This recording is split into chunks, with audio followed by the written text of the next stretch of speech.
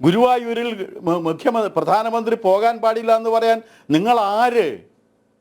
നിങ്ങൾ ആരാണ് ഇവിടെ മറ്റേ കാസർഗോട്ട് നിന്ന് തുടങ്ങി 45-50 വണ്ടികളുടെ അകമ്പടിയോടുകൂടി 20 മന്ത്രിമാരും അദ്ദേഹത്തിൻ്റെ അനുചര വൃന്ദവും മുഖ്യമന്ത്രിയും സഞ്ചരിച്ചുകൊണ്ടിരിക്കുമ്പോൾ ഉണ്ടായ അസൗകര്യത്തെക്കുറിച്ച് നിശബ്ദത പാലിച്ചുകൊണ്ട് നിങ്ങൾ ഇങ്ങനെ പറയുന്നത് മിതമായ ഭാഷയിൽ പറഞ്ഞാൽ മര്യാദകേടാണ്. അത് ചെയ്യരുത്.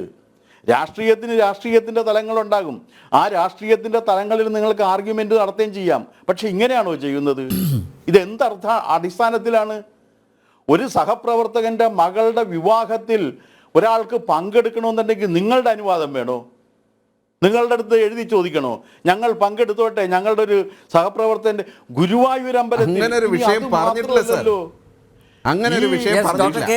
കൂടി സുരേഷ് ഗോപിയുടെ മകളുടെ വിവാഹ ചടങ്ങിൽ നരേന്ദ്രമോദി പങ്കെടുത്തതിനെ അതേ വിമർശിച്ചിട്ടില്ല. പറഞ്ഞതിന്റെ ധ്വനി നിങ്ങൾ പറഞ്ഞതിന്റെ ധ്വനി അതാണ്, പൊരുളതാണ്. ധ്വനി അതാണ്. ആ ധ്വനി എന്താണ്? ആ പൊരുൾ അതിന്റെ ധ്വനി അതാണ്. അങ്ങനെ പറയാൻ പാടില്ല. ഞാൻ ആരുടെ കല്യാണത്തിൽ പങ്കെടുക്കണമെന്ന് എനിക്ക് തീരുമാനിക്കാം. അതിന് നിങ്ങളുടെ അച്ചാരം ആവശ്യമില്ല.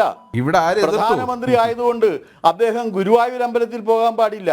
അദ്ദേഹം ഇന്ത്യയിലെ എല്ലാ പ്രധാന ക്ഷേത്രങ്ങളിലും പോകുന്നുണ്ട്. ആ ക്ഷേത്രങ്ങളിലെല്ലാം അദ്ദേഹത്തെ പോലുള്ള ഒരാൾ പോകുമ്പോൾ സ്വാഭാവികമായും ചില ക്രമീകരണങ്ങൾ നടത്തേണ്ടി വരും. ആ ക്രമീകരണങ്ങൾ ഗുരുവായൂരിലുണ്ട്.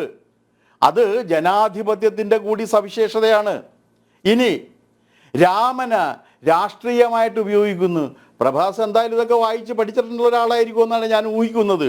പ്രഭാസ് രാമനെ രാഷ്ട്രീയമായി ആദ്യം ഇന്ത്യയിൽ ഉപയോഗിച്ചത് ആരാണ്? ആരാണ്? പ്രഭാത്.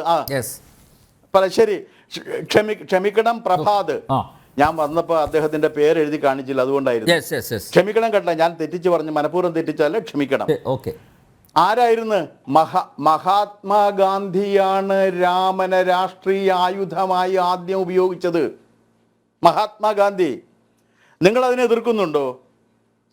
ഗാന്ധിയുടെ എല്ലാ സമരങ്ങളും ഈ രാജ്യവും എല്ലാം രാമരാജ്യം എന്നല്ലേ ഗാന്ധി പറഞ്ഞിരുന്നത്? നിങ്ങളതിനെ എതിർക്കുന്നുണ്ടോ? രാമനാമത്തിൻ്റെ ഔഷധ മൂല്യങ്ങളെക്കുറിച്ച് 500-ലേറെ ചെറു കുറിപ്പുകൾ മഹാത്മാഗാന്ധി എഴുതിയിട്ടുണ്ട്. ഞാനത് വായിച്ചിട്ടുണ്ട്. പ്രഭാതും അത് വായിച്ചിരിക്കുമെന്നാണ് ഞാൻ കരുതുന്നത്. രാമനാമത്തിൻ്റെ ഓരോ അംശവും രാമനാമത്തെ ഉപയോഗിച്ചു, രാമനെ ഉപയോഗിച്ചു എന്നുള്ളതാണ് ജിന്നയും കൂട്ടരും കോൺഗ്രസിനെതിരെ അതൊരു ഹിന്ദു സംഘടനയാണ് എന്ന ആക്ഷേപം ഉന്നയിക്കാനുള്ള കാരണം. അന്ന് ജിന്നയും കൂട്ടരുമാണെങ്കിൽ ആ ജിന്നയുടെയും കൂട്ടരുടെയും മൈൻഡ് സെറ്റ് ഇടതുപക്ഷത്തിൻ്റെ മനസ്സിലും ഉണ്ട് എന്നുള്ളത് കൊണ്ടാണ് രാമനെ ഇവർ എതിർക്കുന്നത്.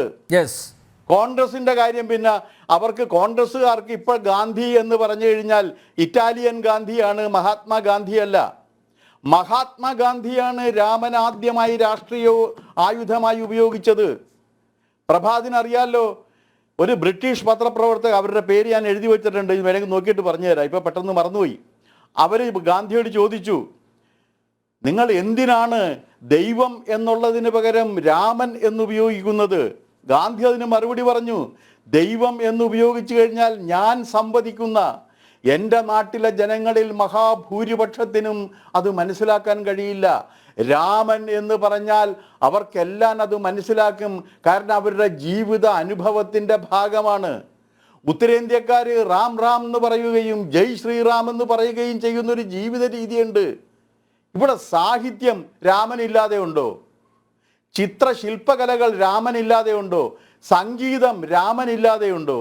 നിങ്ങൾ എന്തടിസ്ഥാനത്തിലാണ് രാമക്ഷേത്രം വന്നു കഴിഞ്ഞാൽ തകർന്നു വീഴുന്നതാണ് ഇന്ത്യയിലെ മതേതരത്വം എന്ന് പറയുന്നത്?